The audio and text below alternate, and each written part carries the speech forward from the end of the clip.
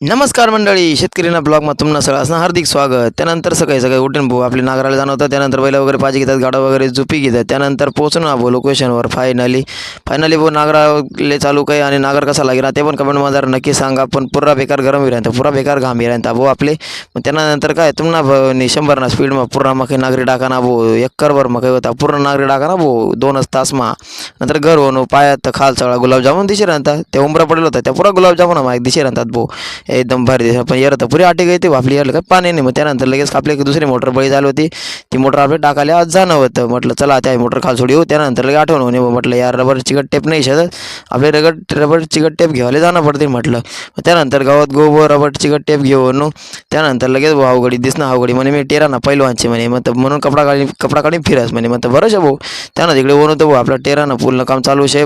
पण मग लवकर पूर्ण काम हो हीच इच्छा आहे हो.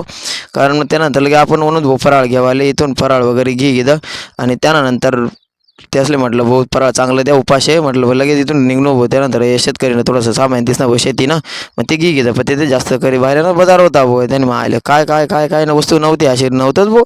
मग आईल प्रत्येक वस्तू होती भाऊ. आईल म्हटलं भाऊ फळ्या काय तांब्या काय हे काय ते काय म्हणतात दाद्याकडा भाऊ आपले काय काम नाही.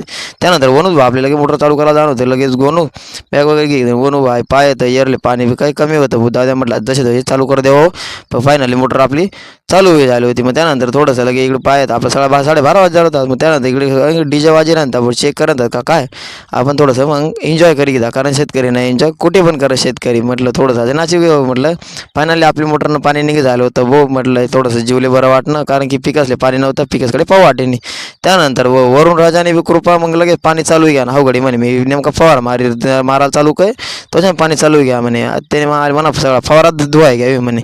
मग काही टेन्शन नका घेऊ आपलं देवले आपले काळजी राहत टेन्शन घ्या म्हटलं चालू द्या चाल द्या. तोच्यान मग तुम्ही घ्या बा ते लाईक करी शेअर करी फॉलो करी घ्या आणि कमेंट म्हणा नक्की सांगा आज ना ब्लॉग कसा वाटणार ते. इथून पुढे आपला असाच ब्लॉग पाहावा करता. रामकृष्ण हरी.